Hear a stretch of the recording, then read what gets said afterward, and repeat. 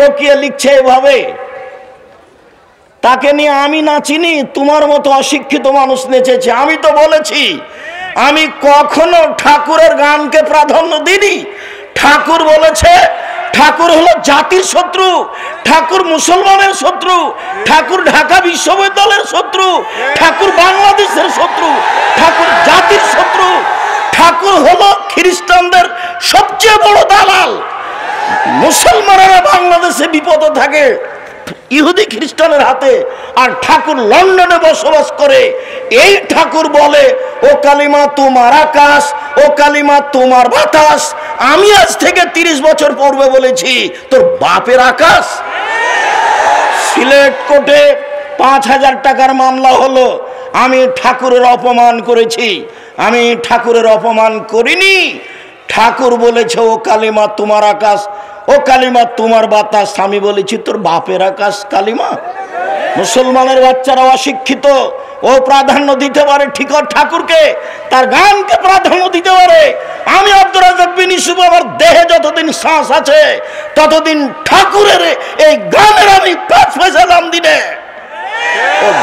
যে পেশাব পায়খানা পড়ে আছে তার সামান্য দাম ঠাকুরের গানের আমার কাছে নাই। ঠাকুরের গোটা দেহটাই মুশরিক। ঠাকুর নিজের হিন্দু, ঠাকুরের কলম হিন্দু, ঠাকুরের কর্ম হিন্দু, ঠাকুরের জাতি হিন্দু, ঠাকুরের গান হিন্দু। ঠাকুরের কথা আমার ছেলে মেয়ে পড়বে।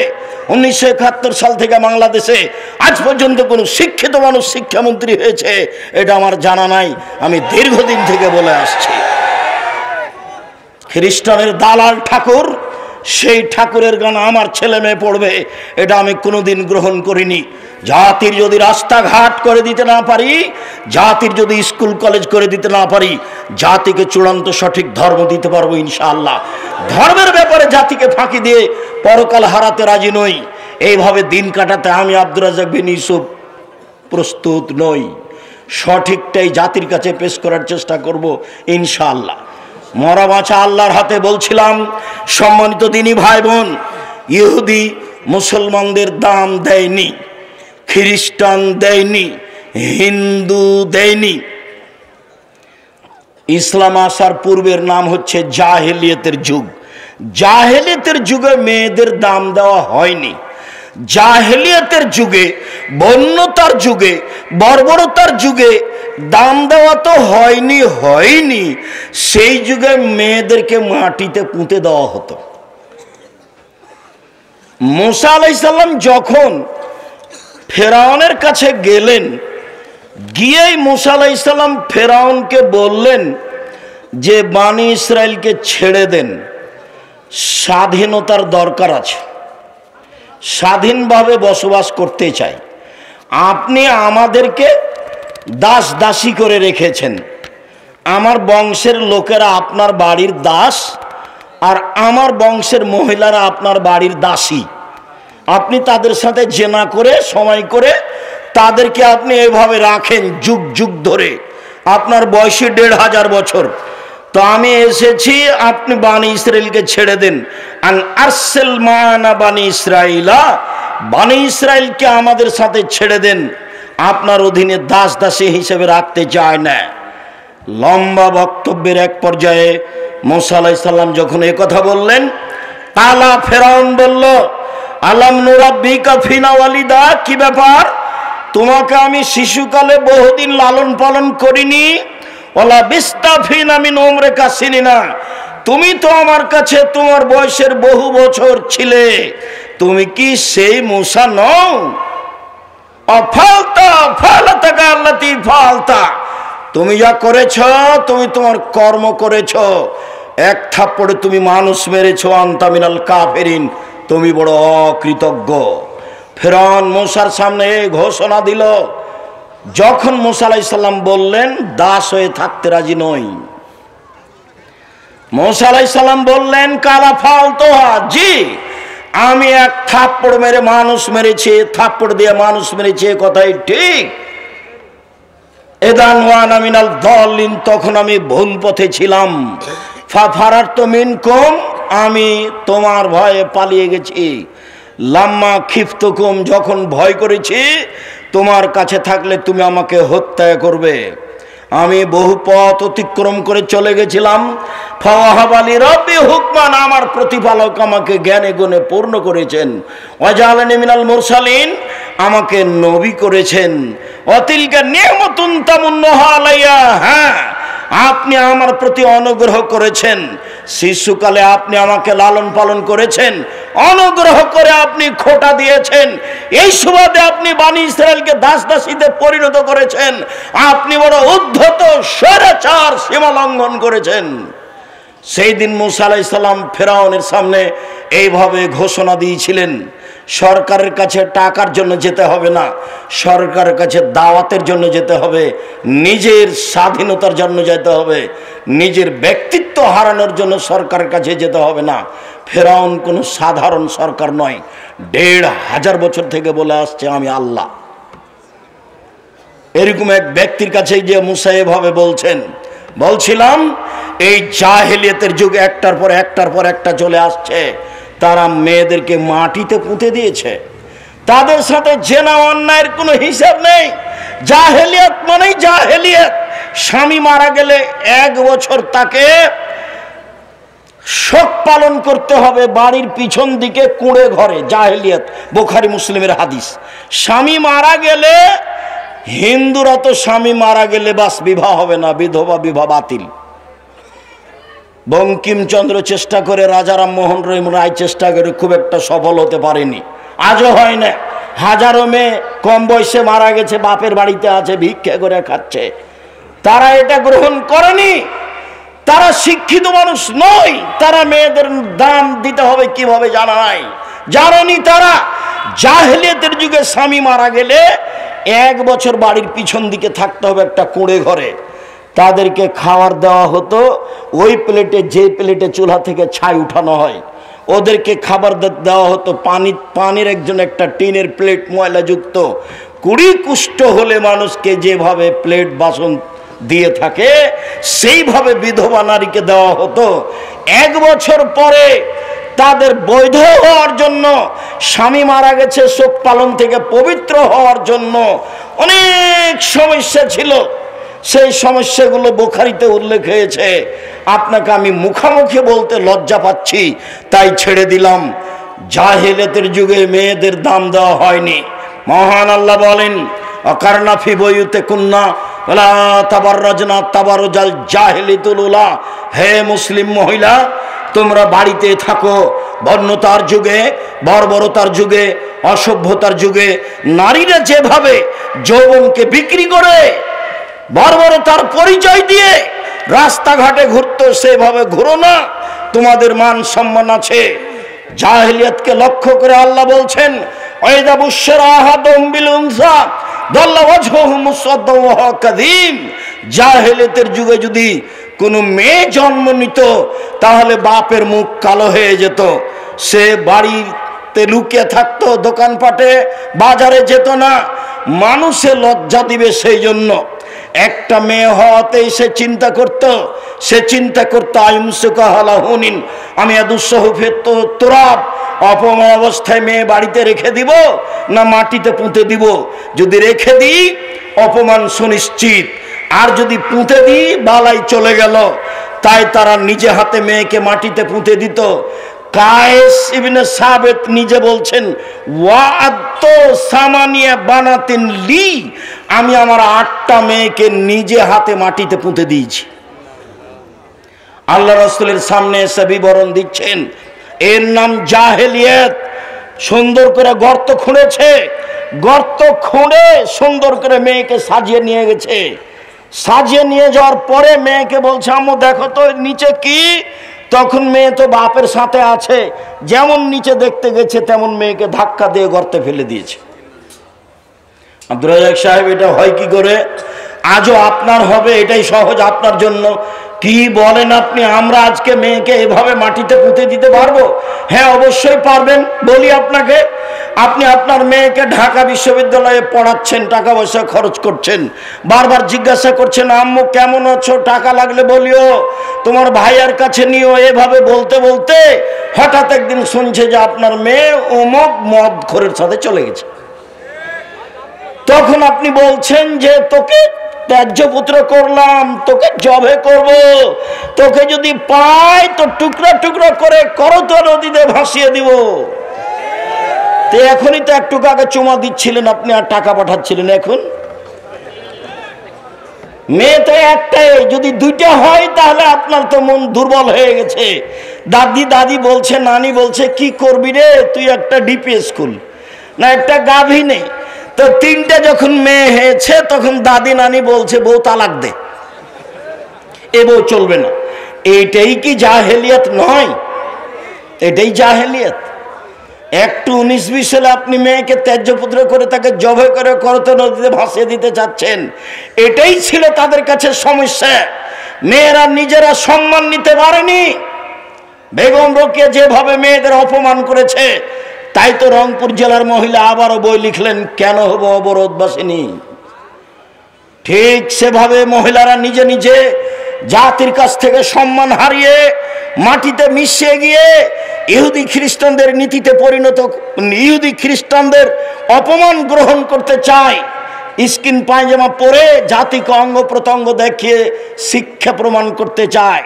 যেটা বন্যতা, যেটা বর্বরতা, যেটা অসভ্যতা, যেটা কুকুর শৃগালের চরিত্র, সেটাই পছন্দ করে আপনার কারণে। আপনি বাপ হওয়াটাই অভিশাপ। আপনার মতো বাপকে আমি কোনোদিন বাপ বলে স্বীকৃতি দিইনি। আমি বলেছি আপনি চাচা, বলেছি আপনি সৎ বাপ। আমি এ কথা খুব ভালোভাবে জানি যে আপনি সত্যই বাপ, এটা আমি খুব ভালোভাবে জানি। আপনি সত্যই বাপ, কিন্তু আপনার স্বভাবের কারণে, আপনার দুশ্চরিত্রের কারণে, আপনার শিক্ষার অভাবের কারণে, আপনার বোকামির কারণে আপনি আপনার মেয়েকে এইভাবে ধ্বংস করেছেন।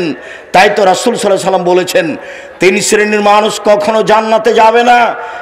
এক, আর রাজুলাতু মিনান নিসায়ে, পুরুষের বেশধারী নারী, যারা পুরুষের জুতা স্যান্ডেল পরে, যারা পুরুষের শার্ট প্যান্ট পরে, যারা পুরুষের পোশাক পরে, তারা জান্নাতে যাবে না।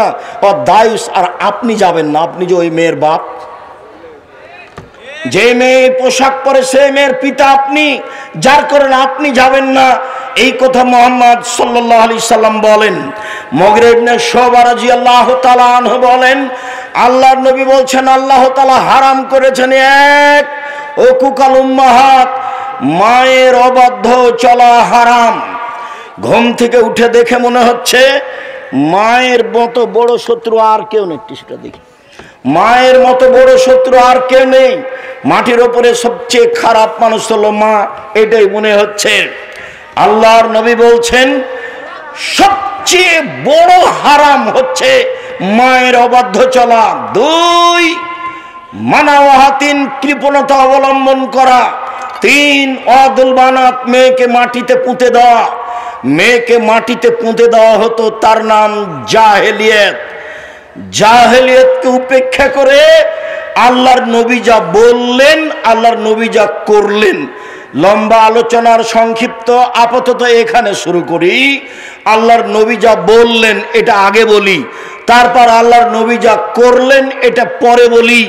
জাহেলিয়াত দূর করার জন্য তিনি যা বললেন, তাতে তিনি বললেন, পৃথিবীর মানুষ শুনে রেখো, মান আলা জারিয়াতাইনে, কেউ যদি 2টা মেয়ের লালন পালন করে, হাত্তা তাবলুগা, বিবাহ দেওয়ার বয়স পর্যন্ত বিবাহ দিয়ে দেয়, ফাজ্জা হুয়া ওয়া আনা ফিল জান্নাতে হাকাজা, তাহলে সেই মেয়ের বাপ আর আমি জান্নাতে এইভাবে থাকবো।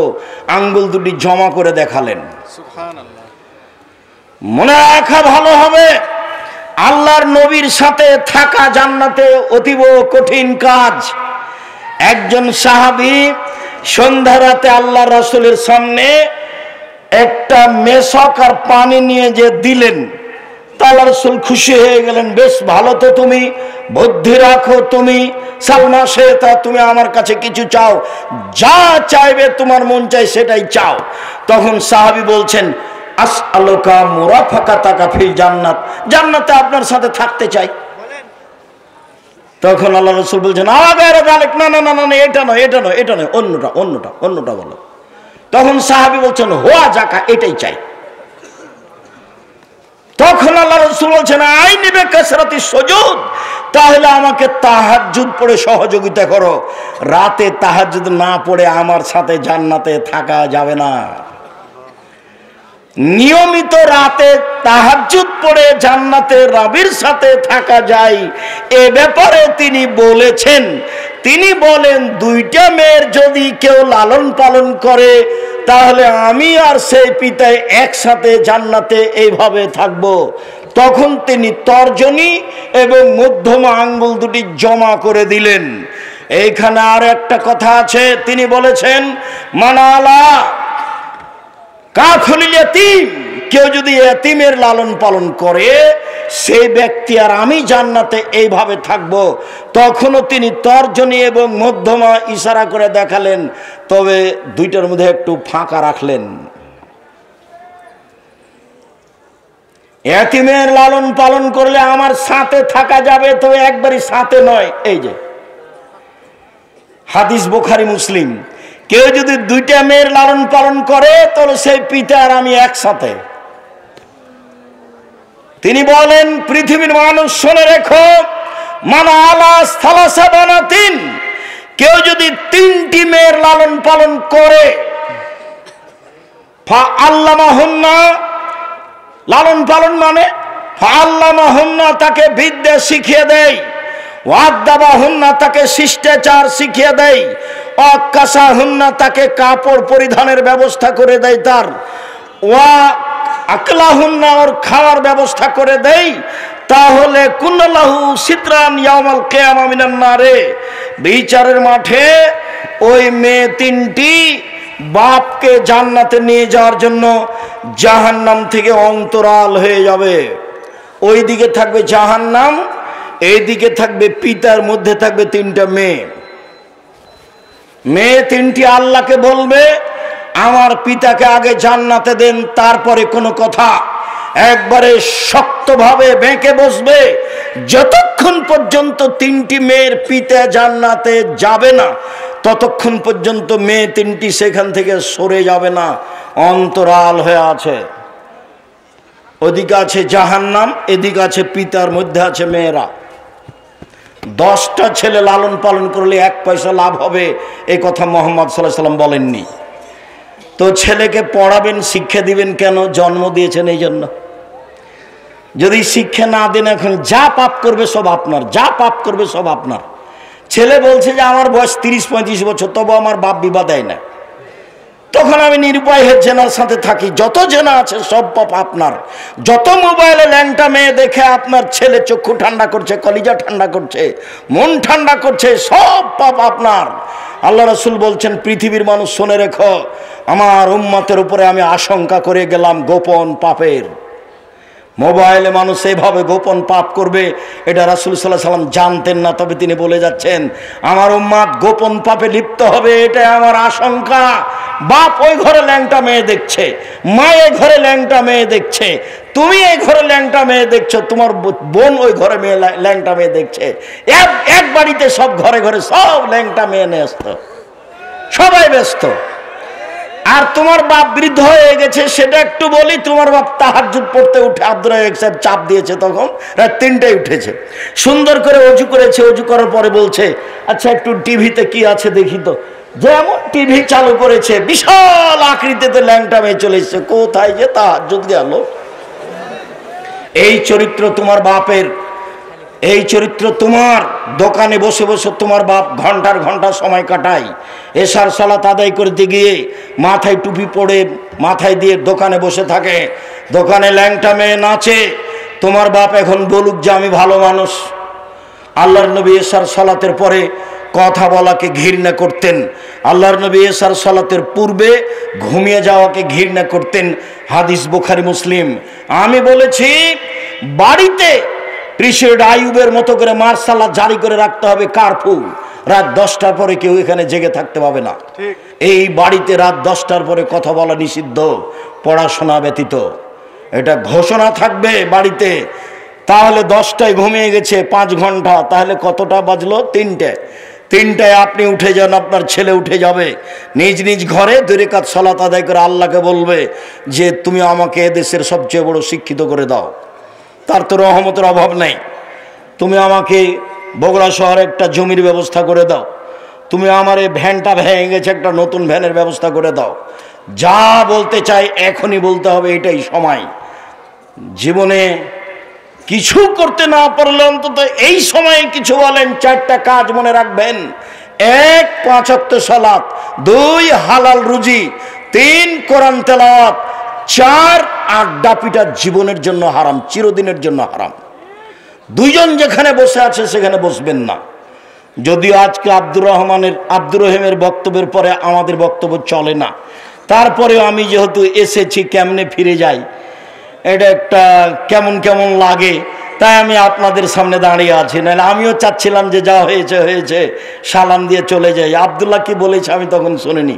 আমি আপনার কাছে যেটা বলছি, আপনি আমার দিনী ভাই দিনী বোন, নিজের ছেলে মেয়ের জন্য যেমন বলেন, আব্দুল্লাহ, আব্দুর রহমান, আব্দুর রহিম তাদের জন্য বলবেন। আল্লাহ যেন তাদের খিদমত কবুল করেন। বলছিলাম সম্মানিত দিনী ভাই বোন, রাসূল সাল্লাল্লাহু আলাইহি সাল্লাম বলেন, পৃথিবীর মানুষ শোনা রেখো, মান কানা লাহু সালাসা বানাত, কারো যদি 3টা মেয়ে থাকে, ফাআল্লামাহুন্না, তাকে বিদ্যা শিখিয়ে দেয়, ওয়াদ্দাবাহুন্না, শিষ্টাচার শিখিয়ে দেয়, ফালাহুল জান্নাহ, সে জান্নাতে যাবেই। এটা আল্লাহ রাসূল মুখে বলেছেন।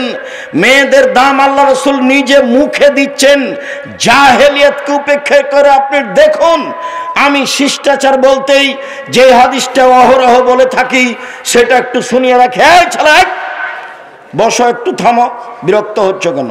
আমি তো তোমার জন্য এসেছি কষ্ট করে। আমি কয়েক মিনিট পরই কথা শেষ করব ইনশাআল্লাহ। তুমি একটু ধৈর্যের পরিচয় দিবা, দয়া করে কোনো কাজ দেখায় না এখন। আর এত দীর্ঘ সময় অপেক্ষা করছি আমি তোমার জন্যই। সম্মানিত দিনী ভাই বোন, জাবের রাদিয়াল্লাহু তাআলা আনহু বলছেন, রাসূলের সাথে যুদ্ধ করে আসছিলাম, যুদ্ধে আমিও শরীক হয়েছিলাম রাসূলের সাথে। মদিনায় ঢুকবো, আল্লাহ রাসূল বললেন, এখানে সবাই থামো, থাকো, সকালে বাড়ি যাব। আমি জাবের বললাম, আল্লাহর নবী, আমি নতুন বিবাহ করেছি, এই ছেলেরা আদায় করতে চাচ্ছিলে 1 মিনিট, দাও আল্লাহ। আমি 1 মিনিট, এই ছেলে শোনো, আমি মসজিদ বাসা থেকে বের হয়ে মসজিদের দিকে যাই রাজশাহীতে, তো দেখি গাড়ির গায়ে লেখা আছে দাওয়া আল্লাহ। তো আমি বুঝতে পারিনি, আচ্ছা দাওয়া আল্লাহ কি জিনিস। তো কয়েকদিন দেখার পরে একদিন বলছে আব্বু, আব্দুল্লাহকে, আব্বু আর দাওয়া আল্লাহ এটা কি? তখন আমাকে বলছে, আব্বু আপনাকে তো আমি প্রায় 30 বছর যাবৎ দাওয়াত দিতে দেখলাম, আর আমিও দেশ বিদেশ মোটামুটি ভালোই ঘুরলাম, তাতে দেখছি যে আমরা হচ্ছি ইহুদি খ্রিস্টানদের দাস দাসী। নইলে আমরা যারা বাংলাদেশি ইঞ্জিনিয়ার, তারা হলাম পদ্মা সেতুর লেবার, আর ওরা হলো পরিচালক, টাকা আমাদের, সব কিছু ওদের।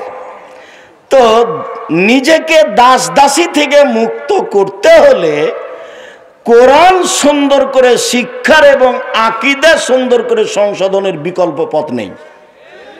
তাই আমি চিন্তা করলাম, একবারে সারা বাংলাদেশ জুড়ে, টেকনাফ থেকে তেঁতুলিয়া, আমি সারা বাংলাদেশ জুড়ে মক্তব পরিচালনা করব। সে উদ্দেশ্যে জামিয়া সালাফের একটা শাখার নাম দিয়েছি আদ-দাওয়া ইলাল্লাহ। আল্লাহর পথে দাওয়াত, মসজিদ ভিত্তিক শিক্ষা কার্যক্রম, দাওয়াতি কার্যক্রম মসজিদ ভিত্তিক চলবে। আপাতত 450 মসজিদ চালু আছে জামিয়া সালাফের পক্ষ থেকে। সাথে সাথে সারা দেশ থেকে মসজিদের ইমামেরা ফ্রি যাবে, ফ্রি খাবে, ফ্রি আসবে, ফ্রি বই পাবে আব্দুল্লাহর লেখা এই সিলেবাসের উপরে। এটা চালু করেছে। আপনি প্রশিক্ষণে যাবেন, খুব উচ্চমানের শিক্ষক রাখা আছে প্রশিক্ষণের জন্য, অনেক টাকা বেতন দিয়ে। আপনি ফ্রি যাবেন, ফ্রি থাকবেন, ফ্রি আসবেন। একমাত্র আপনার মসজিদে আকীদা, আদর্শ, কোরআন শিক্ষা কার্যক্রম বাস্তবায়ন করার জন্য জামিয়া সালাফের পক্ষ থেকে এটা একটা বড় পদক্ষেপ। আল ইতিসাম পত্রিকা 12 জন মুফতি দেয়া দেখা হয়, 50টা প্রশ্নের উত্তর আছে। আপাতত এই দেশে এই মানের কোনো পত্রিকা নেই। আল জামিয়া সালাফের একটা বড় শাখা আল অনলাইন ইতিসাম টিভি, যেটা জামিয়া সালাফের, সেটা তো সব সময় বলি, সবচেয়ে বড় প্রতিষ্ঠান বাংলাদেশে, শিক্ষা মানে, শিক্ষক গণে, আয়তনে বাংলাদেশের জামিয়া সালাফিয়া সবচেয়ে বড় প্রতিষ্ঠান। আয়তনে রূপগঞ্জ নারায়ণগঞ্জ প্রায় 100 বিঘা জমির উপরে, জামিয়া সালাফিয়া ডাঙ্গিপাড়া প্রায় 40 বিঘা জমির উপরে, মেয়ে শাখা আপনার এতে তানোরে 60 থেকে 70 বিঘা জমির উপরে, দিনাজপুরে যেটা প্রায় 20 বিঘা জমির উপরে। আয়তনে সবচেয়ে বড়, শিক্ষক সংখ্যায় 300 জন শিক্ষক শিক্ষিকা জামিয়া সালাফায়, শিক্ষক গুণে ইন্ডিয়ান শিক্ষক, সৌদি শিক্ষক, বাংলাদেশি শিক্ষক, দামি দামি শিক্ষক মানে তাদের বেতন লাগে 2024 পর্যন্ত 32 লক্ষ। 2025 এসে কত লাগবে তা আমার কাছে হিসাব এখনো আসেনি। এটাই হচ্ছে আপনাদের জামিয়া সালাফিয়া, এইটাকে আপনি মনে রাখবেন। শুনুন, রাসূল সাল্লাল্লাহু আলাইহি সাল্লাম এবার জাহেলিয়াতকে লাথি মেরে মেয়েদের মর্যাদা দিতে গিয়ে বলছেন, পৃথিবীর মানুষ শুনে রেখো, ইন্নাল ইয়াহুদা কানু ইয়াজাহাজাত ফীহিম, যখন ইহুদিদের মধ্যে কোনো মেয়ে ঋতুবতী হতো তখন তারা তাদেরকে বাড়ির পিছনে রেখে আসতো। ছি ছি ছি ছি ছি, ও পচে গেছে, ওর সাথে কথা বলা হবে না, ও যেন বিছানায় হাত না লাগায়, ও যেন ভাতের পাতিলে হাত না লাগায়, তাকে পিছনে রেখে দিয়েছে। সাহাবীগণ বলেন, আল্লাহর নবী, এই যে মহিলারা ঋতুবতী হলে ইহুদিরা এরকম করছে, তো আপনি কি বলছেন? তখন আল্লাহ রাসূল বলছেন, ইসনাউ কুল্লা শাইইন ইল্লা নিকাহ, ঋতুবতী মহিলার সাথে স্ত্রী মিলন ব্যতীত যা কিছু তোমার শান্তি তৃপ্তির জন্য তাই করো। ঋতুবতী হয়েছে তাতে কি হবে? তোমার বিছানে থাকবে, তোমার সাথে থাকবে, তোমার সাথে কথা বলবে, তোমার সাথে মান সম্মান ভোগ করবে, তোমার সাথে খাবে, তোমার সাথে চলবে, যে কোনো প্রয়োজনে তোমার সাথে থাকবে। হাদিস বুখারী মুসলিম। এই ঘোষণা যখন আল্লাহর নবী দিলেন তখন ইহুদিরা বলল, মা ইরিদু হাযা রাজুল আইয়াদানা ফি আমরিনা কুল্লা শাইইন ইলা ইউখালিফানা ফি। আরে কেমন মানুষ গো মোহাম্মদ, কত খারাপ মানুষ, শুধুমাত্র আমাদের বিরোধিতা করা তার কাজ, সবটাতেও আমাদের বিরোধিতা করে, এমনকি ঋতুবতী নারী হলেও সে আমাদের বিরোধিতা করে। সে এই ঘোষণা দিয়েছে। আয়েশা রাদিয়াল্লাহু তাআলা আনহা বলেন, ইন্নী কুনতু ইকতাসালতু মান নবী সাল্লাল্লাহু আলাইহি সাল্লাম মিন ইনাইন ওয়াহিদুন কিলানা জুনুবুন, আমি এবং আল্লাহর নবী অপবিত্র অবস্থায় এক পাত্র থেকে পানি নিয়ে গোসল করতাম। এই কথা বলার পরে তিনি বলছেন, ফা আমারানি, তিনি আমাকে আদেশ করতেন, আত্তাজেরা, আমি ঋতু অবস্থায় স্ত্রী অঙ্গে একটি অতিরিক্ত কাপড় ব্যবহার করব, ফায়ুবাসিরনি, তারপর তিনি আমার শরীরের সাথে শরীর মিশিয়ে থাকতেন। ইউবাসের মানে আমার শরীরের মাঝে আর রাসূলের শরীরের মাঝে কোনো কাপড় থাকতো না। ওয়ানা হায়েস, তখন আমি ঋতুবতী। ইহুদি বলেছে ও পচে গেছে, বাড়ির পিছন দিকে রেখে আসো, ছাই তোলা প্লেটে তাকে খেতে দিতে হবে, ময়লা গিলাসে তাকে পানি দিতে হবে, ও যেন বাড়ির ভিতরে না আসে, ও বিছানে হাত লাগাতে পাবে না, পাতিলে হাত লাগাতে পাবে না। আয়েশা রাদিয়াল্লাহু তাআলা আনহা বলেন, আল্লাহর নবী আমার গায়ের সাথে গাও লাগিয়ে কাপড় ছাড়াই রাত অতিবাহিত করতেন।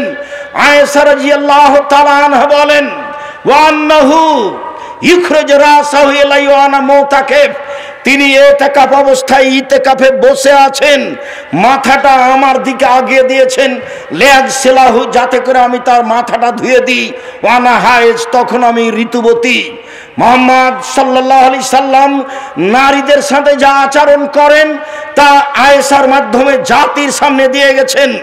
আয়েশা রাদিয়াল্লাহু তাআলা আনহা বলেন, আমি আশরাবুল মা, পানি পান করতাম গিলাসে, সুম্মা উনাবেলহু, আমি তারপর রাসূলের হাতে দিতাম, ফায়াদা ফাহু আলা মাওজাফিয়া, গিলাসের ওখানেই মুখ লাগাতেন যেখানে আমি মুখ লাগিয়ে পানি পান করেছি, তখন আমি ঋতুবতী। এই কথা আয়েশা রাদিয়াল্লাহু তাআলা আনহা বলেন। আয়েশা রাদিয়াল্লাহু তাআলা আনহা বলেন, নবী সাল্লাল্লাহু আলাইহি সাল্লাম ইয়াত্তাকাউ ফি হিজরি, আল্লাহর নবী আমার উরু রানের উপরে মাথা দিয়ে কোরআন মাজিদ পড়তেন, তখন আমি ঋতুবতী। কোরআন মাজিদ আল্লাহর দেওয়া গ্রন্থ, পাক পবিত্র গ্রন্থ। আয়েশা ঋতুবতী মহিলা, তার উরু রানের উপরে মাথা রেখে আল্লাহর নবী কোরআন মাজিদ পড়তেন।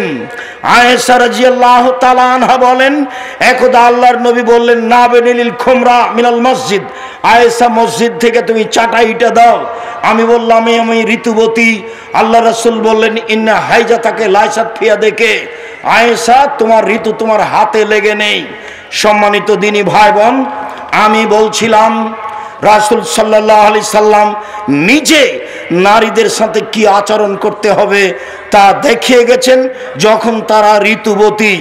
আর যারা ভালো তারা কিভাবে চলবে স্বামীর সাথে সাংসারিকভাবে তা পূর্ণ মান দিয়েছেন। তাতে তিনি বলেছেন, পৃথিবীর মানুষ মনে রেখো, নারীদের সম্মান অনেক বেশি। তারা যদি 4টা কাজ করতে পারে, জান্নাতের সব দরজা খোলা।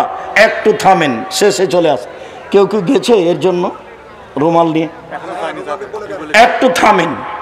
যারা রুমাল নিয়ে যাচ্ছে ওদের হাতে 10 টাকা হোক, 50 টাকা হোক, 500 টাকা হোক, আপনি চলে যাবে সামনে দিয়ে, আপনি কিছু দিলেন না, এমনটা যেন হয় না। নইলে যেটুকু দেওয়ার মনে করেছিলাম সেটুকু ক্ষতি হয়ে যাবে, ওটা হবেই। রাসূল সাল্লাল্লাহু আলাইহি সাল্লাম বলেছেন, তোমরা যাও, আমি আলোচনার শেষে চলে এসেছি। সম্মানিত দিনী ভাই বোন, রাসূল সাল্লাল্লাহু আলাইহি সাল্লাম নারীদের ব্যাপারে বললেন, ওরা যদি 4টা কাজ করতে পারে তাহলে জান্নাতের সব দরজা খোলা। 1, 5 ওয়াক্ত সালাত, 2 রমজান মাসে রোজা। এই ছেলে একটু থামো, ওই যে ওরা আসছে, তারপরে উঠবো আমরা। 2 হচ্ছে 5 ওয়াক্ত সালাত, রমজান মাসের রোজা। 3 স্বামীকে মেনে চলা। 4 হচ্ছে জেনায় লিপ্ত না হওয়া। মহিলারা যদি জীবনে এই 4টা কাজ করতে পারে তাহলে তারা জান্নাতে চলে যাবে। সম্মানিত দিনী ভাই বোন, যাওয়ার আগে আর একটা কথা মনে রাখবেন, কেন নির্যাতন কি তার প্রতিকার, এই বই স্টেজে আছে। সাথে সাথে কেন হবো অবরোধবাসিনী, বেগম রোকেয়ার বিরুদ্ধে যেটা লেখা হয়েছে সেটাও এখানে আছে। সম অধিকার নয় মর্যাদা চাই, এই বই এখানে স্টেজে আছে। আব্দুল্লাহর বই আছে ফিলিস্তিনের ব্যাপারে, অতীব গুরুত্বপূর্ণ। বুখারীর ব্যতিক্রম ব্যাখ্যা, সেটাও আছে। আমি খাকসার সাধারণ মানুষ যা লিখেছি তাও আছে দোয়ার উপরে। এবং উপদেশ, আজকের যে আলোচনা করছিলাম এটা উপদেশ বইয়ে আছে। সকল দিনী ভাই বোনকে আমি আমাদের আজকের আলোচনা মেনে চলার অনুরোধ জানিয়ে আল্লাহর আল্লাহকে সম্ভবপর যতটুকু সম্ভব হয় সহযোগিতা করার অনুরোধ জানিয়ে কয়েকটি প্রশ্নের উত্তরে চলে গেলাম। যে যেখানে আছেন প্রশ্নগুলির উত্তর একটু গুরুত্ব সহকারে দেখুন, আর কেউ খালি যাবেন না। আমার হাতের বামে বই পুস্তকগুলি আছে। আর জামিয়া সালাফের মুখপাত্র পত্রিকা, যার পিছনে আপনি লক্ষ লক্ষ টাকা খরচ করেন, আলিতে পত্রিকা, সেটা কেউ ছেড়ে যাবেন না। 30 টাকা না থাকলে কারো কাছ থেকে নিয়ে আলিতে পত্রিকা নিয়ে যাবেন। এটাই হবে আপনার জামিয়া সালাফকে ভালোবাসার 1 নাম্বার মাধ্যম। আপনি আলিতে পত্রিকা ছেড়ে যাবেন না। নিজের কাছে টাকা না থাকলে কারো কাছে নিয়ে যাবেন। পারিবারিক ও সামাজিক সম্প্রতি রক্ষার থেকে দুলা ভাইয়ের সামনে মেয়েরা মুখ খুলে আসতে পারে? জি না, মুখ খুলে আসতে পারে না, মুখ ঢেকে প্রয়োজনে কথা বলতে পারে।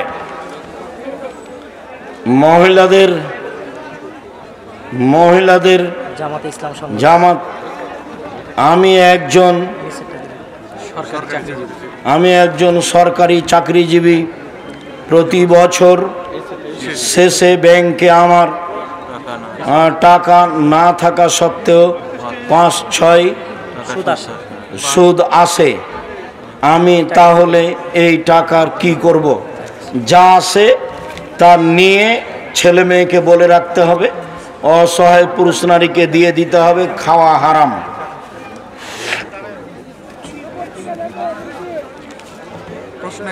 তালেবান সম্পর্কে জানতে চাই। কি এটা? জামিয়া সালাফিয়া বগুড়ার মাটিতে। বগুড়ার মাটিতে জামিয়া সালাফের প্রতিষ্ঠান করার কোনো পরিকল্পনা আছে?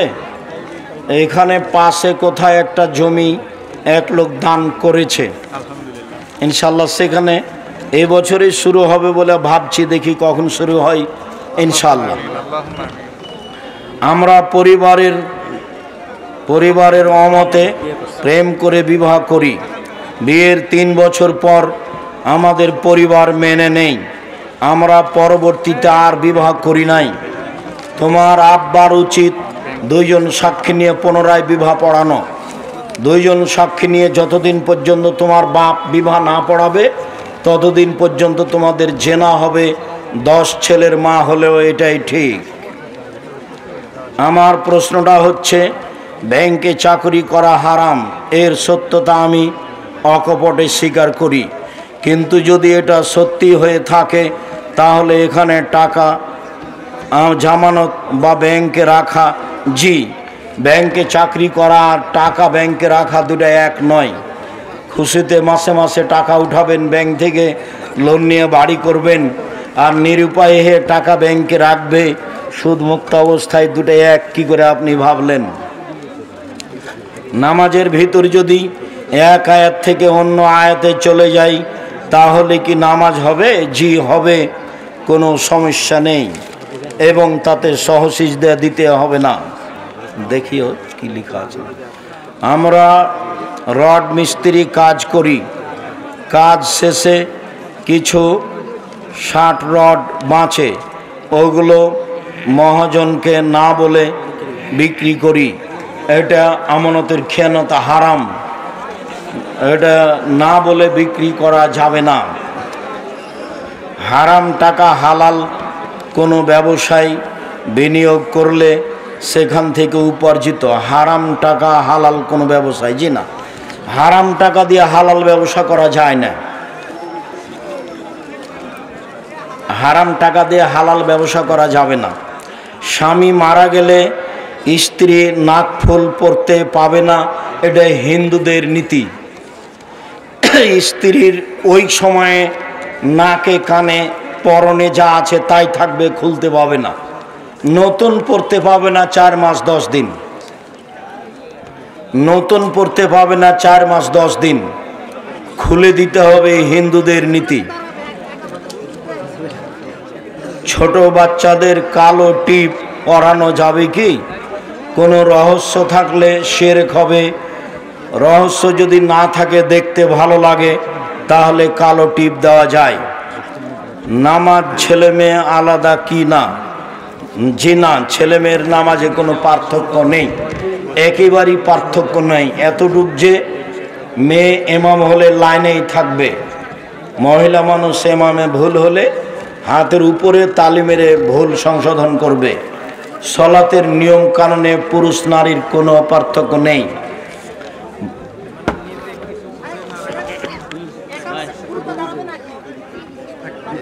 কি কথা এটা?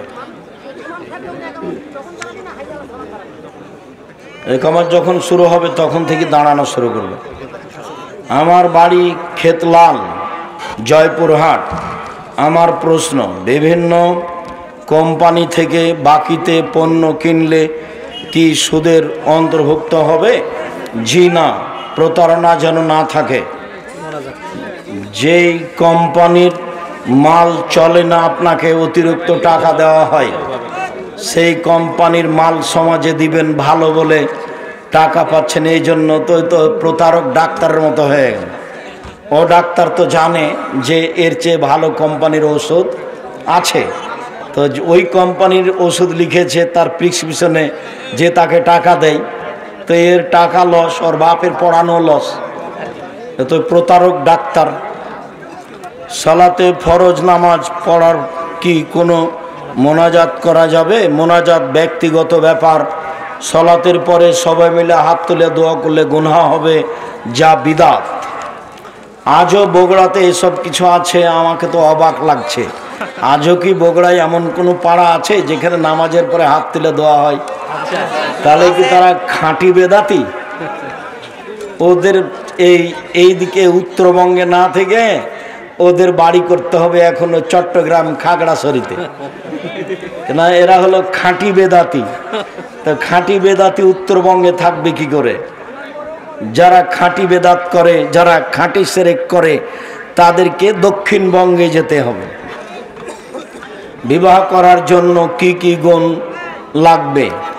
বিবাহ করার জন্য কি গুণ লাগবে? তুমি ভালো পরহেজগার মেয়ে দেখে বিবাহ করবা।